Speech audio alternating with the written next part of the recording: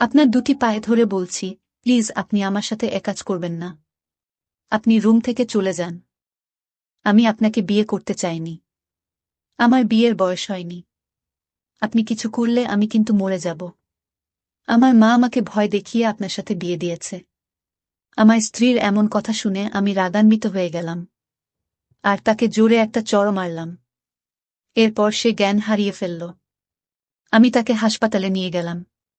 তারপর ডাক্তার বলল, আপনার স্ত্রী মা হতে চলেছে। আমি ডাক্তারের এমন কথা শুনে চোখে ঝাপসা দেখতে লাগলাম। কারণ তাকে তো আজই আমি বিয়ে করে এনেছি। তাহলে সে কিভাবে মা হতে চলেছে? ১৩ বছরের কিশোরী নিপা নিজের সদ্য বিবাহিত স্বামীর জন্য অপেক্ষা করছে বাসর ঘরে বসে। ভয়ে তার গলা শুকিয়ে গেছে রীতিমতো। গুন্ডা ছেলের সাথে বিয়ে দিয়েছে তার পরিবার।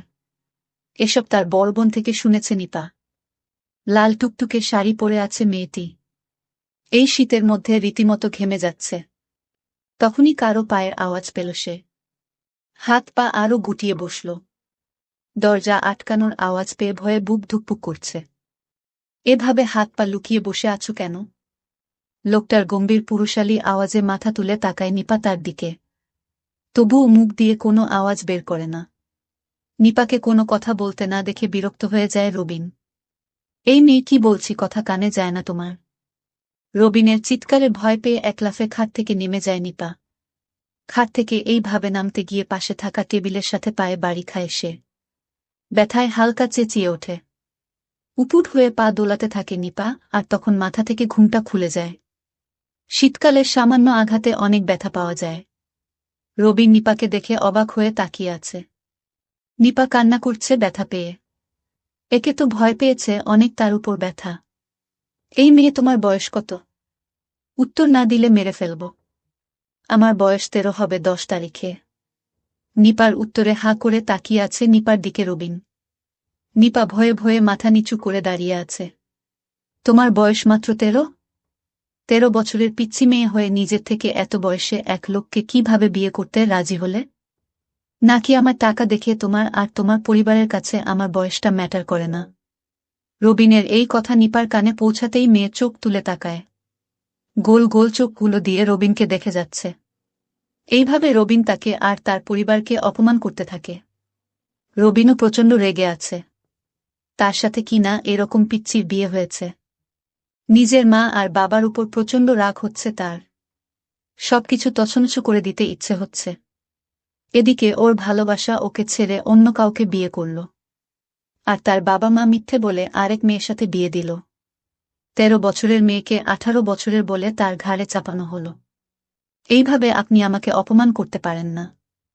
আপনার মতো বুইড়া রাক্ষসকে আমি নিজের ইচ্ছায় বিয়ে করি নাই। আমার মতো পিচ্চি কি আপনাকে বিয়ে করতে চাইবে? আর আমার কি বিয়ের বয়স হয়েছে? নাসরিন আন্টি আমার বাবা মাকে ভয় দেখিয়ে আপনার সাথে আমার বিয়ে দিল। এই মেয়ে এত কথা বলার সাহস কোথায় পাস? চুপ থাক, না হলে তোকে যে কি করব। রবিন রাগে হিতাহিত জ্ঞানশূন্য হয়ে গেছে। এদিকে নিপা ভয়ে দাঁড়িয়ে থাকতে পারছে না। নিপার প্রচণ্ড ঘুম পাচ্ছে, রবিনের জন্য সে ঘুমাতেও পারছে না। রবিন আবার রুমের বাইরে চলে গেল। রবিন চলে যাওয়ায় হাফ ছেড়ে বাঁচল সে। নিপা রবিনকে গালি দিতে দিতে শুয়ে পড়ল। শোয়ার সাথে সাথে ঘুমিয়ে পড়ল নিপা।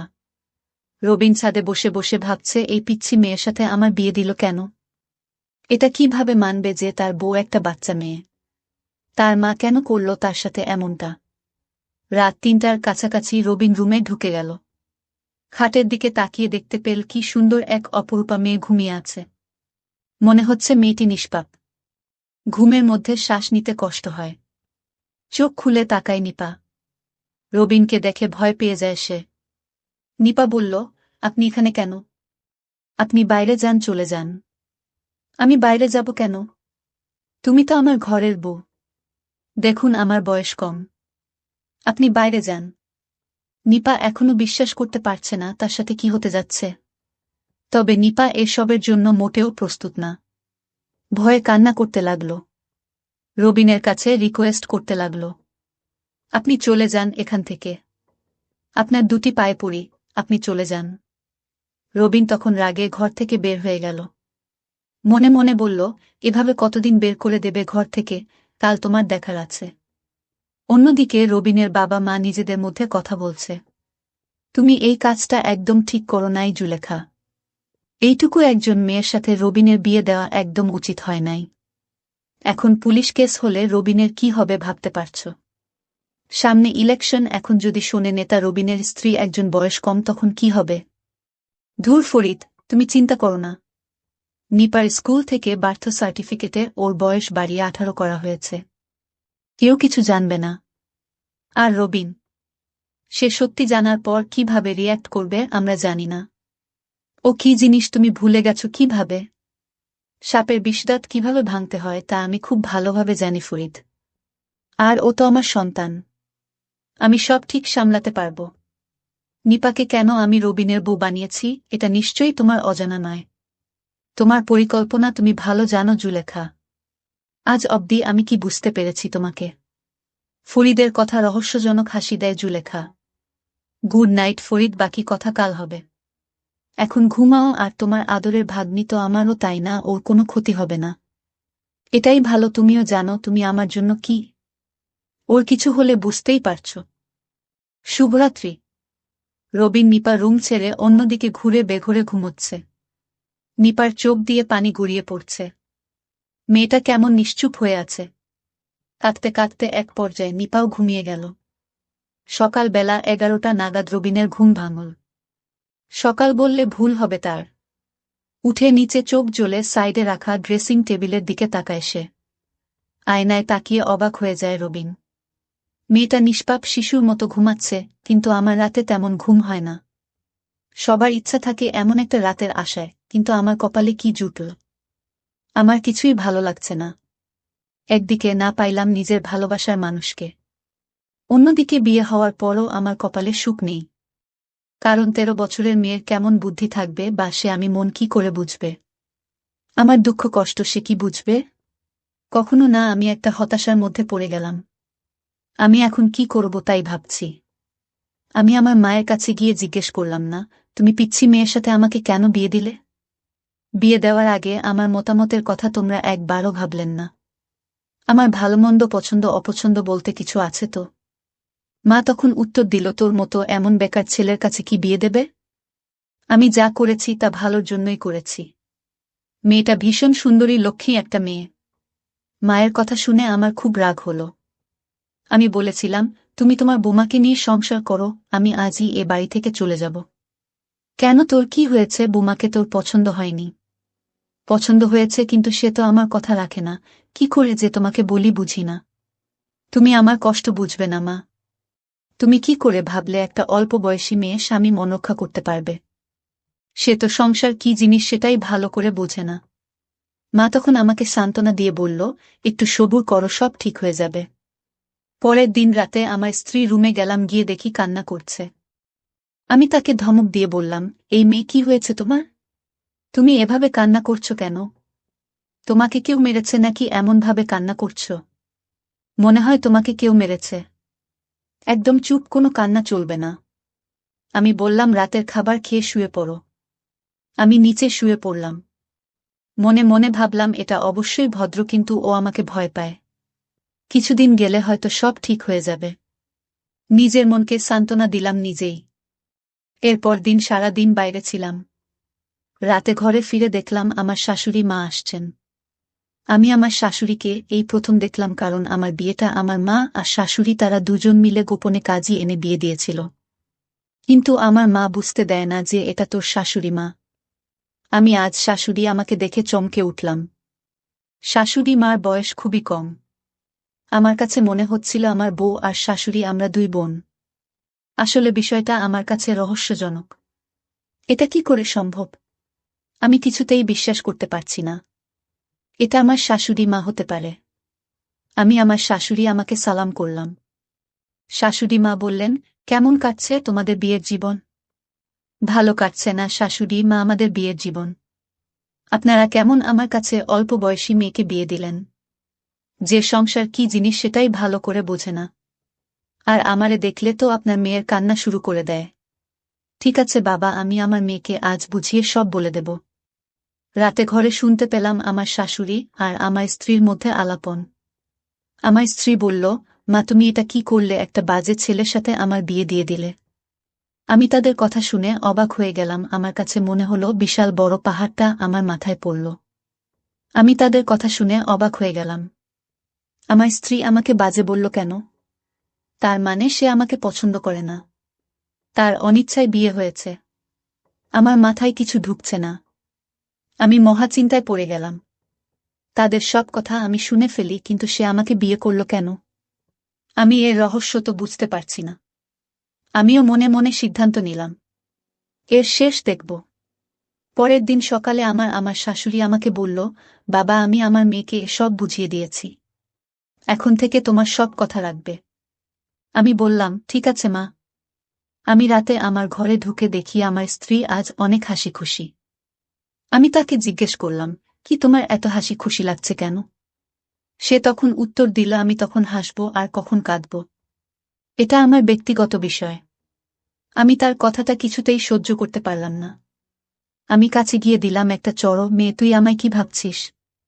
মনে করছিস তোর সকল অপমান আমি মুখ বুজে সহ্য করব? কিন্তু মারার পর লক্ষ্য করলাম আমার স্ত্রী অজ্ঞান হয়ে গেল। আমি মনে মনে ভাবলাম, এটা আমি কি করলাম? মরে গেল না তো? তাড়াতাড়ি হাসপাতালে নিয়ে গেলাম। তারপর ডাক্তার বলল, আপনার স্ত্রী গর্ভবতী, আপনি বাবা হতে যাচ্ছেন, মিষ্টি খাওয়ান। আমি ডাক্তারের কথা শুনে অবাক হয়ে গেলাম। আমি দু চোখ দিয়ে অন্ধকার দেখতে পেলাম। আমার মাথায় মনে হয় আকাশ ভেঙে পড়ল। এটা কি করে সম্ভব? আমি তো কিছুই বুঝতে পারলাম না। এটা কোনো ধরনের পরীক্ষা? আমি ডাক্তারকে বললাম, দেখুন স্যার, আপনাদের কোথাও ভুল হচ্ছে। আপনারা আবার পরীক্ষা করে দেখুন, কারণ আমার সাথে তার কিছুই হয়নি। আমি আল্লাহকে ডাকতে লাগলাম, আল্লাহ, এটা আমায় কোনো পরীক্ষায় ফেলেছ। বিয়ে হয়েছে মাত্র কয়েকদিন হলো, এখনই গর্ভবতী। এটা আমি মেনে নিতে পারবো না। ডাক্তার সাহেব আমাকে তার সমস্ত রিপোর্ট দেখাল। ডাক্তার সাহেব ঠিকই বলেছে, আমার স্ত্রী মা হতে চলেছে।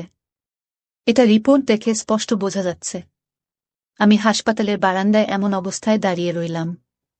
ডাক্তার বাবু কিছুক্ষণ পর বলল, আপনার স্ত্রীর জ্ঞান ফিরেছে, আপনি এখন তাকে বাসায় নিয়ে যেতে পারেন, আমরা কিছু ওষুধ লিখে দিচ্ছি, সেগুলো খাওয়ালে সব ঠিক হয়ে যাবে। আমি তাকে বাসায় নিয়ে গেলাম। মা বলল, বৌমার কি হয়েছিল বাবা, তুই ওরে হাসপাতাল নিয়েছিলি কেন? মা, তোমার বৌমা মা হতে চলেছে, তোমাকে আজ একটা খুশির খবর দিলাম। মা বলল, এটা তো খুশির খবর, আমার ঘরে নতুন মেহমান আসছে।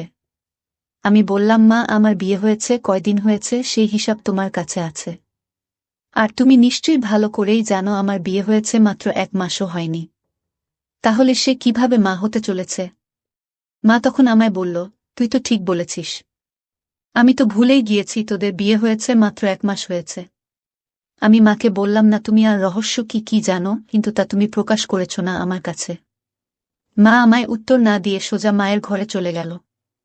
আমি রাতে আমার স্ত্রী রুমে গেলাম, যেতে আমাকে বলল, আপনাকে অনেক কষ্ট দিয়েছি আমি, আপনি আমাকে মাফ কইরা দেন, কারণ আমার কি হতে কি হয়ে যায় সেটা বলা যায় না। সে বলল, আজ আমার একটা কথা রাখবেন। আমি বলেছিলাম, কি কথা? আমার স্ত্রী বলল, আজ আমি আমার নিজ হাতে আপনাকে ভাত খাইয়ে দেই। আমি বলেছিলাম, হঠাৎ এত দরদ কোথা থেকে আসলো তোমার? এখন তুমি আমাকে ভয় পাও না? আমার স্ত্রী বলল, না, এখন আর আপনার ভয় পাই না। কেন এখন আমাকে ভয় পান না? সে বলল, 2 দিন আগে পরে তো মরতেই হবে, তাই আপনাকে ভয় পেয়ে কি লাভ? আমি তখন রেগে বললাম, তুই এখনই আমার ঘর থেকে বের হ, তোর কাছে আমার কিছু পাওনা দাওনা নেই, তুই বের হবি আমার ঘর থেকে। নিপা আমার পায়ে ধরে বলল, আপনি আমাকে আপনার ঘর থেকে বের করে দিয়েন না। সে আমার পায়ে ধরে কান্না করতে লাগল। ঠিক আছে, আমার ঘরে তো কে জায়গা দিতে পারি, একটা শর্তে, তুই বলবি এত তাড়াতাড়ি কিভাবে মা হতে চলল। সবকিছুই আপনাকে বলবো, আমি আপনাদের কথা দিলাম, কিন্তু আমার এ ঘর থেকে বের করে দেন না। ঠিক আছে, তাহলে বল তুই এত তাড়াতাড়ি কেমন গর্ভবতী হইলি? সে তখন আমার কাছে তার সত্য ঘটনাটা খুলে বলল। আমি সেটা শোনার সাথে সাথে আমি মাটিতে লুটিয়ে পড়ি। তার এই কথা শোনার পর আমার 2 দিন যাবত আমি অজ্ঞান অবস্থায় পড়ে রইলাম। সে আমাকে বলেছিল, আমার বাবার টাকা পয়সার সম্পত্তি অনেক ছিল, আমি একজনকে খুব ভালোবাসতাম। বিয়ের আগে সে আমার সাথে ফেরেশতার মতো আচরণ করত। আমি ভেবেছিলাম সে অনেক ভালো। আমি বাবাকে বলেছিলাম বাবা বিয়ে যদি করতে হয় তাহলে আমি ওকেই করব। ছেলেটির নাম ছিল শিপন। আমি শিপনকে আমার জীবনের চাইতেও বেশি ভালোবাসতাম। বাবা তখন বলেছিল এই ছেলের সাথে বিয়ে আমি দিতে পারব না। আমার বাবা আমাকে বারবার নিষেধ করেছিল। আমি বাবাকে পরিষ্কারভাবে জানিয়ে দিলাম আমি তাকে ছাড়া বাঁচব না। আমি আরও বলেছিলাম যদি তুমি শিপনের সাথে বিয়ে না দাও তাহলে আমাকে চিরদিনের জন্য হারাবে বাবা। বাবা শেষ পর্যন্ত আমার কথা মেনে নিল এবং সেই ছেলের সাথে আমার বিয়ে দিয়ে দিল। বিয়ের 2-3 মাস আমার ভালোই কাটছিল। কিছুদিন পর তার আসল রূপ বেরিয়ে পড়ল। সে আমাকে প্রতিদিন অত্যাচার করত আর বলতো বাবার কাছ থেকে টাকা নিয়ে কাল আমার ঘরে আসবি, নইলে তোর এই ঘরে কোনো জায়গা নাই। আমি বেশ কিছুদিন টাকা এনে দিয়েছিলাম কিন্তু আমাকে খুব মারধর করত। পরে জানতে পারলাম ছেলেটি ভালো না। এর আগে আরও একটি মেয়েকে বিয়ে করে তার বাবার কাছে থেকে টাকা নিয়ে তাকে ছেড়ে দিয়েছে। সবাই এই ছেলেটিকে ভয় পায়, তার মুখের উপর কেউ কথা বলতে পারে না। যাকে ইচ্ছা তাকে সে নির্দ্বিধায় মেরে ফেলত। আমি তার এই চরিত্র দেখে ভাবলাম আমিও কাকে বিয়ে করেছিস এত একটা দুশ্চরিত্র। তারপর বাবা আমাকে শিপনের ঘর থেকে নিয়ে আসে। এটাই আমার শাস্তি। আমার বাবার কথা না শোনার কারণে আজ আমার এই অবস্থা। তারপর শিপনকে আমি ডিভোর্স দিয়ে দিলাম। ডিভোর্স দেওয়ার পর ও আমাদের বাড়িতে আসত আর বাবাকে ভয় দেখিয়ে টাকা নিয়ে যেত। তারপর মা ভাবল তার ভাইয়ের ছেলের সাথে আমার বিয়ে দেবে, মানে আপনার সঙ্গে বিয়ে দিয়ে দিল। সত্যিকার অর্থে আপনার সাথে আমার বিয়ে হয়নি। আমাকে সেফ রাখার জন্য আপনার ঘরে আনা হয় বিয়ের নাটকে। এটা শুধু বিয়ের নাটক ছিল কারণ আপনি নাকি অনেক সাহসী। তাই আপনার কাছে আমি সেফ থাকব আর তাই আপনার সাথে আমার মিথ্যা বিয়ে দিয়ে দিল। আজ ডাক্তার যে বলল আমি মা হতে চলেছি, এটা শিপনের সন্তান। আপনি ভয় পাবেন না কারণ আমি এই বিয়েতে রাজি ছিলাম না। আমার মা আমাকে রাজি করাতে বাধ্য করেছে। কারণ সত্যিকার অর্থে আপনার সাথে আমার বিয়ে হয়নি। মা কৌশলে আপনার বাড়িতে বিয়ে নামক উপসর্গ দিয়ে আপনার বাড়িতে আমাকে রাখা হয়েছে। কারণ আপনার কাছে যদি আমি থাকি তাহলে শিপন ভেবে নেবে যে আমার বিয়ে হয়ে গেছে। যেহেতু আপনার সাথে আমার বিয়ে হয়নি, এটা যেহেতু নাটক ছিল, তাই আমি আপনার সাথে দুর্ব্যবহার করেছি। আপনি আমাকে ক্ষমা করে দিয়েন। আমি কাল যেদিকে দু চোখ যায় সেদিকে চলে যাব। তাও আপনাকে আর কষ্ট দিব না। আমার নাটকের স্বামী তখন বলল আমি যে তোমায় ভালোবেসে ফেলেছি, এখন কি তুমি আমাকে ফিরিয়ে দেবে? আমার ঘরে সারাটা জীবন থেকে যাও, আমি তোমার সকল দায়িত্ব নিয়ে নিলাম। তুমি যদি রাজি থাকো তাহলে আমি তোমাকে সত্যিই বিয়ে করতে রাজি। ওর কথা শুনে মনে হলো আমি আবার নতুন একটা জীবন পেয়েছি। তারপর বাকি জীবনটা তার ঘরেই কাটিয়ে দিলাম। বন্ধুরা, গল্পটি কেমন লাগলো তোমরা কমেন্ট করে অবশ্যই জানিয়ে দিও, আর এরকম মজার মজার গল্প পেতে সামিয়া ব্লগ চ্যানেলটিকে সাবস্ক্রাইব করে পাশে থেকো। একদিন রাতে আমি রান্নাঘরে কাজ করছিলাম, তখনই হঠাৎ আমার শ্বশুর রান্নাঘরে এসে আমাকে পেছন দিক থেকে ধরে নিলেন। ধাক্কা দিয়ে টেবিলের সাথে লাগিয়ে পিছন থেকে আমার সাথে কিছু একটা করতে চাইলেন। আমি বললাম বাবা আপনি আমার সাথে কি করছেন? আমি আপনার মেয়ের মতো। শ্বশুর বলল চুপ, একদম চুপ, আমি যা করছি তা আমাকে করতে দে। তোমার সাথে এগুলো আমার অনেক দিনের শখ। তোমার এই পাগল করা রূপ দেখলে আমি কেমন যেন হয়ে যাই। বাবা আমি আপনার ছেলেকে সব বলে দিব। আমার ছেলে তোমার কোনো কথা বিশ্বাস করবে না। এই বলে শ্বশুর আমাকে যা করল তা শুনলে বন্ধুরা তোমাদের পানি চলে আসবে, তাই তোমাদের দুটি পায়ে ধরি বলি গল্পটি শেষ পর্যন্ত দেখো। তাহলেই তোমরা গল্পের আসল মজা পাবে। মাত্র 3 দিন হয়েছে আমার বিয়ে হয়েছে। শুরু থেকেই আমার শ্বশুর আমার নাম ধরে ডাকতেন। শ্বশুর বাড়িতে শুধুমাত্র আমার স্বামী আর শ্বশুর থাকতেন। বাসর রাতে আমার স্বামী আমাকে বিশেষভাবে বলেছিল যে আমার বাবা খুব রাগী স্বভাবের মানুষ, তাকে কোনো কথাতেই কখনো না বলবে না, না হলে তিনি খুব রাগ করেন এবং উল্টাপাল্টা কাজ করে বসেন। আর এই 3 দিনে আমি সেটাই দেখছি। যখনই আমার শ্বশুর আমার স্বামী সুবীরকে ডাক দিতেন তখনই আমার স্বামীর মুখের রং যেন ফ্যাকাশে হয়ে যেত। সে খুব ঘাবড়ে গিয়ে তাড়াতাড়ি করে ঘর থেকে বাইরে বেরিয়ে শ্বশুর ঘরে চলে যেত। আমার স্বামী সুবীরের এই রকম ভীত চেহারা দেখে শ্বশুরের প্রতি আমার হৃদয়ে বিরক্তি ভাবছিল। কারণে অকারণে তিনি তো সবসময়ই রেগে থাকতেন। বিয়ের 3 দিন পরে চতুর্থ দিন সকালেই সুবীর আমাকে বলল আজকে তোমাকে বাইরে ঘুরতে নিয়ে যাব। তার একথা শুনে আমি অনেক খুশি হয়েছিলাম। কিছু সময় পরেই আমার শ্বশুর চিৎকার করে সুবীরকে ডাকলেন। তার ডাক শুনে আমার স্বামী তাড়াতাড়ি করে ঘর থেকে বাইরে বেরিয়ে শ্বশুরের ঘরে চলে গেল। একটু পরেই আমি শ্বশুর ঘর থেকে শ্বশুরের চিৎকার চেঁচামেচির আওয়াজ পাচ্ছিলাম। তিনি আমার স্বামীকে বলছিলেন, 3 দিন বিয়ের ঝামেলায় শেষ হয়ে গেল। তুই জানিস তো যে ফ্যাক্টরিতে তোর না থাকার ফলে কতটা লোকসান হচ্ছে। তারপরও তুই আজকে আবার ছুটি নিয়ে বাড়িতে বসে আছিস। এখন তাড়াতাড়ি করে ফ্যাক্টরিতে চলে যা। তুই গিয়ে সমস্ত শ্রমিকদের চোখের সামনে থাক, যাতে তারা ঠিকভাবে কাজ করে। তোর বিয়ে আমি এই কারণেই যে তুই সারাদিন বাড়িতে চুপ করে বসে থাকবি, আর তোর স্ত্রীকেও বলে দে যে রান্নাঘরের দায়িত্ব যেন সামলে নেয়। বাড়িতে তো আর কোনো মহিলা নেই যে রান্নাঘরের দায়িত্ব নেবে। এটা শুনে আমার খুব রাগ হয়েছিল। কেননা সবেমাত্র 3 দিন হয়েছে আমাদের বিয়ে হয়েছে, আর এই 3 দিন আমি নাস্তা বানিয়ে দিয়েছিলাম। আর প্রতিটা দিনই আমার শ্বশুর আমার তৈরি করা নাস্তায় কিছু না কিছু দোষ খুঁজে বের করতে।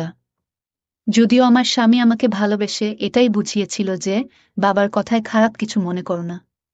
3 দিন তো আমি এই চিন্তাতেই ডুবেছিলাম যে শ্বশুরের মেজাজ সব সময়ই রকম থাকে কেন। কিন্তু যে চিৎকার চেঁচামেচি আজকে তিনি শুরু করেছেন তাতে আমি খুব ঘাবড়ে গেলাম। কিছুক্ষণ পরে আমার স্বামী মুখ কালো করে ঘরের মধ্যে এসে বলল, আমাকে ক্ষমা করে দাও।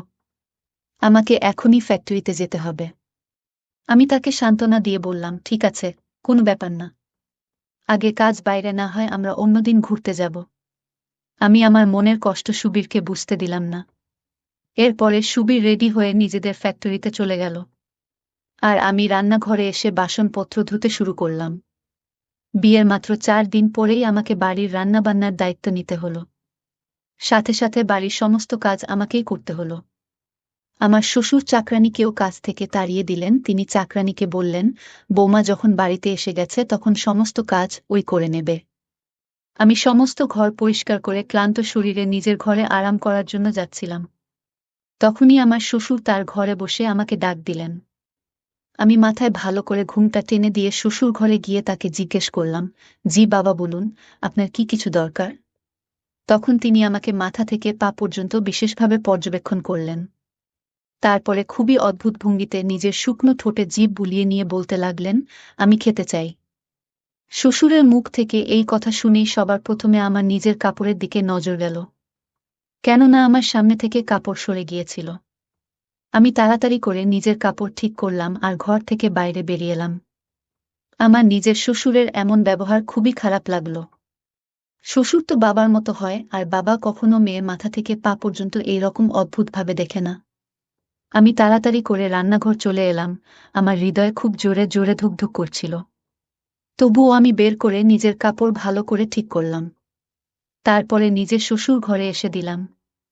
আমি ঘর থেকে বাইরে যাব এমন সময় শ্বশুর আমাকে বলতে লাগলেন, কিছুক্ষণ আমার পাশে বসে কথাবার্তা বলো, বাড়িতে এখন তুমি ছাড়া কেউ নেই। আমি অনেক দিন থেকে একলা বসে আছি। আর একলা বসে থাকতে থাকতে আমার আর ভালো লাগছে না। তার এ শুনে আমি টেনশনে পড়ে গেলাম।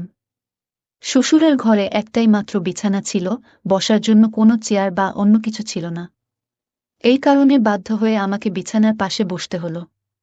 তিনি আমার সাথে এদিক ওদিকের কথা বলতে বলতে যখন তিনি মুখ লাগালেন তখন সঙ্গে সঙ্গে সেটা পিছনে সরিয়ে দিয়ে বলতে লাগলেন, এটা খেতে পারবো না।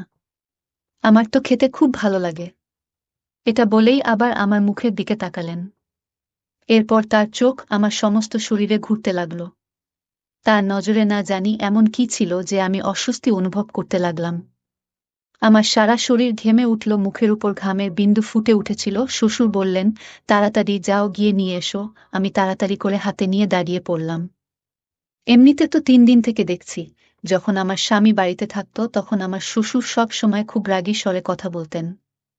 কিন্তু আজকের দিনে এত আস্তে কথা বলছিলেন যে আমি ভাবতেই পারছি না। এটা আমার সেই শ্বশুর যিনি 3 দিন ধরে চিৎকার করে করে সুবীরকে ডাকতেন। আর সবসময় রাগের স্বরে সুবীরের সাথে কথা বলতেন। ওকে বকাঝকা করতে থাকতেন। আমি ঢেকে নিয়ে আবার শ্বশুরের কাছে গেলাম। এরপর আমি যখন তার দিকে এগিয়ে দিলাম তখন তিনি সাথে সাথে আমার হাত ধরে নিলেন। আমার তো যেন সারা শরীর কারেন্ট শক লেগে গেল। আমি তাড়াতাড়ি ঘাবড়িয়ে নিজের হাত যখন পিছন করতে চাইলাম তখন তিনি আমার হাত ছেড়ে দিলেন। এরপর আমি যখন ঘর থেকে বাইরে বেরিয়ে যেতে লাগলাম তখন তিনি বলতে লাগলেন, আরে বাইরে কোথায় যাচ্ছ? এখানে আমার কাছে একটু বসো, আমার সাথে কথা বলো। সারাদিন চুপচাপ বসে থাকতে থাকতে আমি খুব বিরক্ত হয়েছি। এটা বলেই শ্বশুর আমার দিকে অদ্ভুতভাবে তাকালেন। তার এইভাবে আমার দিকে তাকানো আমাকে আরো বেশি হতবাক করে দিল। এরপর আর একটি অদ্ভুত কথা তিনি আমাকে বললেন। তিনি বলতে লাগলেন, তুমি বিয়ের দিন যে লাল রঙের শাড়ি পরেছিলে সেটাতে তোমাকে অনেক সুন্দর লাগছিল। তুমি আজকে সন্ধেবেলা সেই শাড়িটা পরবে। শ্বশুরের মুখে এমন কথা শুনে আমার অনেক খারাপ লাগছিল। সেই আবদার তো সুবীর আমাকে করা উচিত, কিন্তু কোনোমতেই শ্বশুরের না। এখন তো আমার শ্বশুর রোজ রোজ এই সব তামাশা শুরু করে দিয়েছে। যখনই আমার স্বামী সুবীর ফ্যাক্টরিতে চলে যেত, তখনই শ্বশুর আমাকে নিজের ঘরে ডেকে নিতেন আর আমাকে অদ্ভুত নজরে দেখতে থাকতেন আর বারবার নিজের শুকনো ঠোঁটে জিভ ঘোরাতে থাকতেন। তারপরে বলতেন, আমি খাবো, আমাকে দাও। আমি নিয়ে যেতেই তিনি আমার হাত ধরে নিতেন আর বলতেন, আমার কাছে বসো, আমার সাথে গল্প করো। আমি তার সাথে কি গল্প করতে পারি? তাই তার ঘর থেকে এই বলে বেরিয়ে আসতাম যে আমাকে খাবার রান্না করতে হবে, বাসন ধুতে হবে।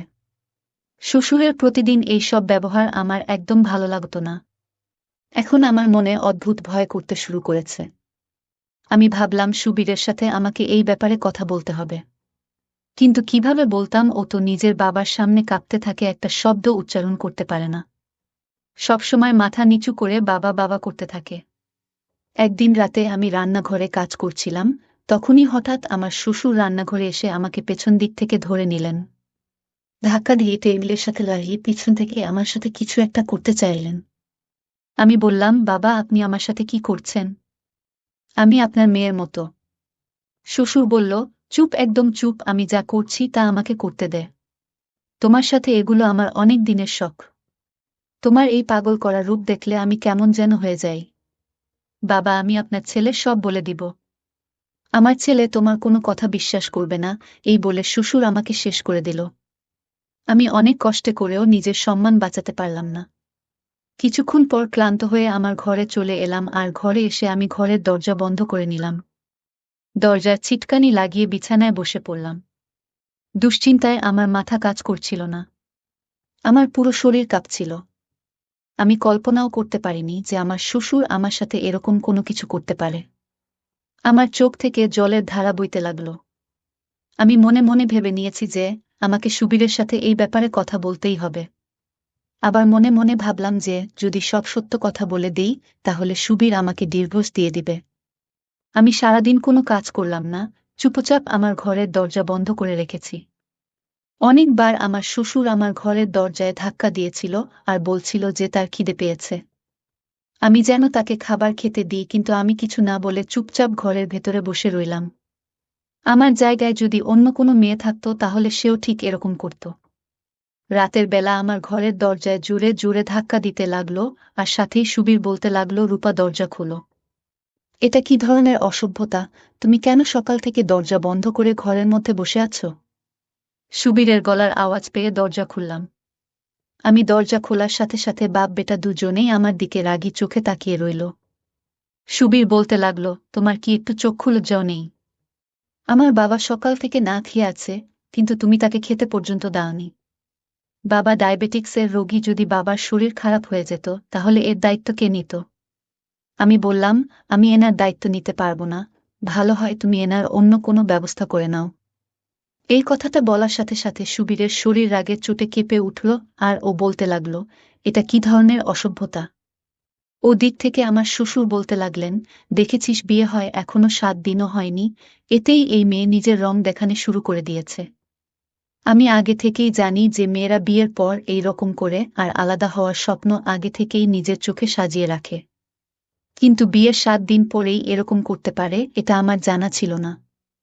আমার স্বামী বলতে লাগলো, আজকে তুমি এই কথা বলে ফেললে রূপা, কিন্তু এরপর যদি কখনো ভুল করেও এই কথা বলো, তাহলে আমি তোমাকে ডিভোর্স দিয়ে এই বাড়ি থেকে বের করে দেব। স্বামীর মুখে এই কথা শুনে আমার মুখের রং ফ্যাকাশে হয়ে গেল। আমার বাবার বাড়ির অবস্থা খুবই গরিব আর আমরা 6 বোন ছিলাম। আমার বাবা অনেক কষ্টে যৌতুকের টাকা জোগাড় করে মেয়ের বিয়ে দিচ্ছিলেন। তাই আমার মা আমাকে এটা বলে দিয়েছিলেন যে কখনো লড়াই ঝগড়া করে শ্বশুরবাড়ি থেকে ফিরে আসিস না। নিজের স্বামী আর শ্বশুরের সমস্ত কথা মেনে নিস আর নিজের সংসারের ভালো করে দেখাশোনা করিস। কিন্তু যা কিছু আমার শ্বশুর আমার কাছে চাইত সেটা আমি কোনোমতেই করতে পারব না। তার অদ্ভুত ব্যবহার আর বদমাইশি দিনের পর দিন বাড়তে লেগেছিল। সেই সময় সুবীর এতটাই রেগেছিল যে যদি আমি ওর বাবার এইসব কথা বলতাম তাহলে নিশ্চিত ও আমাকে মিথ্যাবাদী ভাবত। আমি কোনো উত্তর না দিয়ে বিছানার উপরে বসে পড়লাম। আমার শ্বশুর বলতে লাগলেন, সুবীর বৌমাকে শেষবারের মতো বুঝিয়ে দেয় যে ও যেন নিজের মাথা ঠিক রাস্তায় নিয়ে আসে। না হলে আমি গিয়ে ওর বাবার সাথে কথা বলবো আর ওর বাবাকে বলবো যে সামলাও নিজের মেয়েকে। এটা বলেই আমার শ্বশুর ঘর থেকে বেরিয়ে গেল। আমি রাগী চোখে শ্বশুরের দিকে তাকালাম। সুবীর বলতে লাগলো, কি ঝামেলা শুরু করেছ তুমি? তোমার ঘাড়ে তো আর 10 জন মানুষের বোঝা চাপিয়ে দেওয়া হয়নি যে তুমি সামলাতে পারছে না। আরে আমার বাবা তো একাই আছে বাড়িতে, না আছে কোনো ভাই, না আছে বোন। এরকম ঝুট ঝামেলা সংসারের স্বপ্ন তো সব মেয়েরাই দেখে, যাতে তাদের উপরে বেশি দায়িত্ব না চাপে। আমি আমার স্বামীকে বললাম, আজ যদি আমার শাশুড়ি আর দেওর ননদ থাকত, তাহলে আজকে যে অবস্থার মধ্যে দিয়ে যাচ্ছি সেই অবস্থার মধ্যে দিয়ে আমাকে যেতে হতো না। আমার কথা শুনে সুবীর আমার দিকে রাগী চোখে তাকিয়ে বলতে লাগলো, কি এমন অঘটন ঘটিয়ে ফেলেছে আমার বাবা? তোমাকে তো শুধু দুবেলা খাবারই তাকে দিতে হয়, সেটাও তোমার কাছে বোঝা মনে হচ্ছে। দেখো, আমি বাড়িতে ঝগড়াঝাটি একদমই পছন্দ করি না। সারাদিন ফ্যাক্টরিতে থেকে তারপরে ক্লান্ত হয়ে একটু শান্তির আশায় বাড়িতে ফিরি, আর বাড়িতে এসে এইসব ঝামেলা দেখতে পারবো না। বাড়িতে আমি শান্তি চাই। আমি লড়াই ঝগড়া দেখার জন্য বিয়ে করিনি, শান্তি পাওয়ার আশায় করেছি।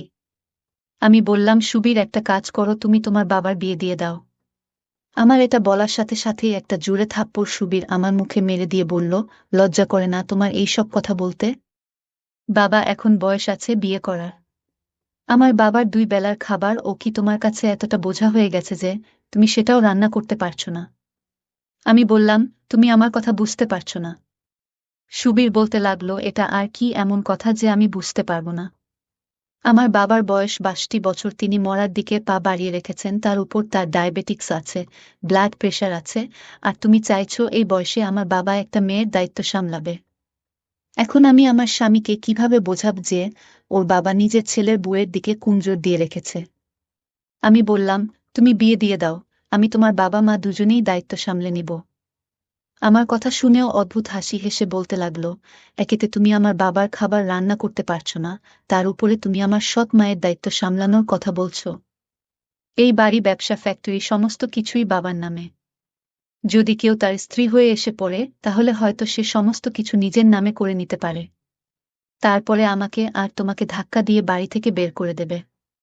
বাবার রাগ তো তুমি ভালোভাবেই জানো, যখন তিনি রেগে যান তখন তার হুঁশ জ্ঞান থাকে না। তাই তো আমি চুপচাপ বাবার কথা শুনি। তুমি ভুল করেও বাবার বিয়ের কথা উচ্চারণ করবে না। এটা বলেই ঘর থেকে বেরিয়ে গেল। এখন আমি চিন্তা করতে লাগলাম যে এখন আমার কি করা উচিত। আমি প্রতিদিন আমার শ্বশুরের এরকম অসভ্যতা সহ্য করতে পারবো না। আর বাবার বাড়ি ফিরে যাওয়ার অর্থ হলো আমি আমার সংসার নষ্ট করে ফেলব। আমাদের মতো মেয়েরা কত অসহায় হয়, যাকে নিজের সংসার বাঁচানোর জন্য কত কিছু সহ্য করতে হয়। এখন যদি আমি ডিভোর্স নিয়ে বাবার বাড়ি ফিরে যাই, তাহলে আমার বিয়ে হবে না। উপরন্তু আমি ডিভোর্স হয়ে বাবার বাড়িতে ফিরে গেলে আমার ছোট বোনের সম্বন্ধ আসা বন্ধ হয়ে যাবে। এসব কথা ভেবে কষ্ট আমার কান্না এসে গেল। আমি নিজের শাড়ির আঁচল দিয়ে চোখের জল মুছছিলাম। তখনই হঠাৎ সুবীরের আওয়াজ এলো, বলতে লাগলো, রূপা তাড়াতাড়ি করে বাইরে এসো আর নাস্তার জন্য পরোটা বানিয়ে দাও। বাবার দোকানের খাবার একদমই হজম হয় না। আমি বাইরে গিয়ে নাস্তা বানালাম, তারপর ঘরের মধ্যে সেটা নিয়ে এলাম। আমি সেদিনও খাবার খাইনি, কিন্তু সুবীর একবারও আমাকে জিজ্ঞেস করেনি যে তুমিও তো সারাদিন না খেয়ে আছো, এখন তাড়াতাড়ি করে খাবার খেয়ে নাও। পুরুষেরা কখনো স্ত্রীদের পরোয়া করে না, তাদের শুধু নিজের কাজ নিয়ে ব্যস্ত থাকে। সুবীরের ব্যবহারও সেই রকম ছিল, যেরকম বেশিরভাগ পুরুষের হয়। আমি তারপর থেকে নিজের মুখ বন্ধ করে নিলাম। সুবীর ফ্যাক্টরিতে চলে যাওয়ার সাথে সাথে আমার শ্বশুর আমাকে চিৎকার করে ডাকতে লাগল। আমি খুব বিপদে পড়ে বাধ্য হয়ে তার ঘরে গেলাম। আমাকে দেখেই তিনি অদ্ভুতভাবে হাসতে লাগলেন আর বললেন, তুমি কি ভেবেছিলে যে তোমার শরীরের নেশা আমার ছেলের মাথার উপরে উঠে আছে, আর তোমার জন্য ও আমাকে ছেড়ে দেবে আর আমার থেকে আলাদা হয়ে তোমাকে আলাদা বাড়িতে নিয়ে যাবে? নিজের চিন্তাভাবনা বদলে নাও। আমি ভালোভাবেই উপরে কন্ট্রোল করে রেখেছি, চাইলেও কোথাও যেতে পারবে না। আর না তুমি কোথাও যেতে পারবে। এই জন্যই তো আমি কোনো বড়লোক বাড়ির মেয়ের সাথে আমার ছেলের বিয়ে দিইনি, যাতে সে আমার ছেলেকে ছেড়ে দিয়ে যেতে না পারে। এই কারণেই তো তোমাকে ওর বউ বানিয়ে নিয়ে এসেছি। কারণ আমি জানি তোমার বাবার অবস্থা এতটাও ভালো নয় যে সে একবার তোমাকে বিয়ে দেওয়ার পরে আবার তোমাকে বাড়িতে ফিরিয়ে নিয়ে যেতে পারবে, বা তোমার জন্য আলাদা কোনো বাড়ির ব্যবস্থা করতে পারবে। এখন তুমি যদি ভালোভাবে নিজের জীবন কাটাতে চাও, তাহলে আমি যা বলবো তোমাকে সেটাই করতে হবে। তার কথা শুনে আমি ভীষণ টেনশনে পড়ে গেলাম। তখন তিনি আরও বলতে লাগলেন, যাও গিয়ে আমার জন্য তৈরি করো। তার মুখের এই শব্দটা আমার ভেতরে আগুন লাগিয়ে দিত। আমার মন চাইতো আমি নিজেকে শেষ করে ফেলি, এতটা জঘন্য আর অসম্মানের জীবন আমি সহ্য করতে পারছিলাম না। আমি এখন এটাই করতে শুরু করলাম যে শ্বশুরের খাবার ঘরে পৌঁছে দিয়েই আমি তাড়াতাড়ি করে বাইরে বেরিয়ে আসতাম। ভুল করেও তার ঘরে বসতাম না, আর না তার সাথে কোনো কথা বলতাম। বেশিরভাগ সময় আমি নিজের ঘরের মধ্যেই থাকতে লাগলাম। একদিন তো শ্বশুর সমস্ত সীমাই পার করে দিলেন, তিনি সুবীরের পরোয়া করলেন। রাতে সবাই মিলে খেতে বসেছিলাম। আমি আমার শ্বশুরের আদেশ অনুযায়ী বিরিয়ানি বানিয়েছিলাম। বিরিয়ানি খেতেও খুব ভালো হয়েছিল, কিন্তু শ্বশুর খাবার খাওয়ার সময় বলতে লাগলো, আজকে তো বৌমা আমার মন খুশ করে দিয়েছে, সে দারুণ মজার বিরিয়ানি বানিয়েছে। সুবীর তার কথা শুনে হাসতে লাগলো, আর আমার দিকে লাজুক চোখে তাকাতে লাগলো। কিন্তু শ্বশুরের কথা শুনে আমি একটুও খুশি হয়নি। এরপর শ্বশুর 5,000 টাকা বের করে আমার দিকে এগিয়ে গিয়ে বলল, এই নাও তোমার পুরস্কার, এটা রেখে দাও। কিন্তু আমি না করে দিয়ে বললাম, আমি শুধু আমার কর্তব্য পালন করেছি। আমি এটা চাই না। আমি নিষেধ করলাম, কিন্তু সুবীর আমার দিকে ঘুরতে লাগলো আর বলল, বাবা খুশি হয়ে দিচ্ছেন, তুমি না করো না, রেখে দাও। না চাইতো আমাকে ওই 5,000 টাকা নিতে হলো। আমি থালা ওঠানোর জন্য যখনই দাঁড়ালাম তখন আমার শ্বশুর দাঁড়িয়ে গেলেন। আমার দিকে গিয়ে আমাকে নিজের বুকে জড়িয়ে নিলেন, আমার মাথায় হামি খেলেন। এটা দেখে আমি এমন হয়ে গিয়েছিলাম যেন আমি কোনো পাথরের মূর্তি। শ্বশুর বলতে লাগলেন, আমি তোমার এই পরিবর্তন দেখে খুব খুশি। এরকম যদি থাকো তাহলে খুব তাড়াতাড়ি আমার হৃদয়ে জায়গা বানিয়ে নেবে। এটা বলেই তিনি নিজের ঘরে চলে গেলেন। আমি সুবীরের দিকে এখন জোরে তাকিয়ে রইলাম, কিন্তু ওর মনে এর কোনো প্রভাব দেখতে পেলাম না। কিন্তু আমার এই জিনিসটা খুব খারাপ লেগেছিল। আমি সুবীরকে বললাম যে এটা আবার কি রকম ব্যবহার, আমি তার নিজের মেয়ে না। তার উচিত আমার থেকে দূরত্ব বাড়িয়ে কথা বলা। তার কি অধিকার আছে আমাকে এভাবে নিজের বুকে জড়িয়ে নেওয়ার? ভগবান তো একটা বয়সের পরে বাবার মেয়ে দূরত্ব বানিয়ে রাখার কথা বলেন। আমার এই কথায় সুবীর রেগে গিয়ে বলতে লাগল, তুমি এত জঘন্য চিন্তাভাবনার মানুষ হতে পারো এটা আমি স্বপ্নেও ভাবতে পারিনি। আমার বাবা তোমাকে নিজের মেয়ের মতো মনে করেন, এতে কি এমন মহাভারত অশুদ্ধ হয়েছে? তিনি তোমাকে শুধু একটু স্পর্শ করেছেন, আর তোমার মাথার উপরে নিজের ভালোবাসা প্রকাশ করেছেন। তুমি খুব অদ্ভুত মেয়ে, তুমি বাবার হৃদয়ে নিজের জায়গা না বানিয়ে প্রতিটা কথা তার উপর বিরক্তি প্রকাশ করো। সুবীর ধীর শব্দে আমাকে এই সব কথা বলছিল ও আরও বলতে লাগলো, ভগবানকে ধন্যবাদ দাও যে বাবা এই কথা শুনতে পায়নি, না হলে খুব বড় বিপদ আমার মাথার উপর এসে পড়ত। তারপর আঙ্গুল উঠিয়ে আমাকে শাসিয়ে বলতে লাগলো, আমি তোমাকে শেষবারের মতো বোঝাচ্ছি, রূপা নিজের ব্যবহার বাবার সাথে ঠিক রাখো। আমি কান্না করতে করতে বললাম, সুবীর আমার সহ্য ক্ষমতা শেষ হয়ে গেছে। এখন তুমি একটা কাজ করো, যে হয় আমাকে ডিভোর্স দিয়ে দাও, আর না হলে নিজের বাবার বিয়ে দিয়ে দাও। এটা বলেই আমি ঘরের ভেতর চলে গেলাম। কিছু সময় পরেই বাড়ির দরজায় বেল বেজে উঠল। তারপরেই বাইরে চিৎকার চেঁচামেচির আওয়াজ আসতে লাগল। আমি বাইরে এসে জানতে পারলাম যে আমার একটা দেবর আছে যে আমেরিকায় গ্র্যাজুয়েশন করার জন্য গিয়েছিল, আর সে সেখান থেকে ফিরে এসেছে, তাও নিজের স্ত্রীকে সাথে করে নিয়ে। আমার দেবর সেখানেই বিয়ে করে নিয়েছিল বলে আমার শ্বশুর দেবরের উপর খুবই রেগেছিল। এই কারণে ওকে এতদিন বাড়িতে আসার অনুমতি দেয়নি। আর আমিও জানতাম না যে সুবীরের কোনো ভাই আছে। আমি ওদের দুজন স্বামী স্ত্রীকে দেখে অবাক হয়ে গিয়েছিলাম। আমার শ্বশুর এখনও রেখে দাঁড়িয়েছিলেন। তিনি বলতে লাগলেন, যদি নিজের পছন্দ মতো বিয়ে করেছিলি তাহলে ওকে এখানে কেন নিয়ে এসেছিস, ওখানেই থাকতি। দেবর হাতজোট করে নিজের বাবার কাছে ক্ষমা চাইতে লাগল। তখন সুবীর ওর বাবাকে বলল যে, বাবা শান্ত হও, যা হওয়ার ছিল তা হয়ে গেছে। রমন্তকে ক্ষমা করে দাও। আমার কপাল ভালো যে আমার যাও এসে গেছে। আমার যা সুন্দরী ও রোগা পাতলা মেয়ে।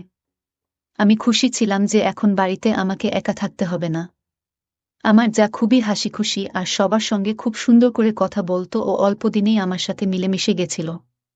রমন তো সুবীরের সাথে ফ্যাক্টরিতে যেতে শুরু করেছিল। এখন আমার শ্বশুরের নজর আমার দিক থেকে সরে আমার জায়ের দিকে গেল।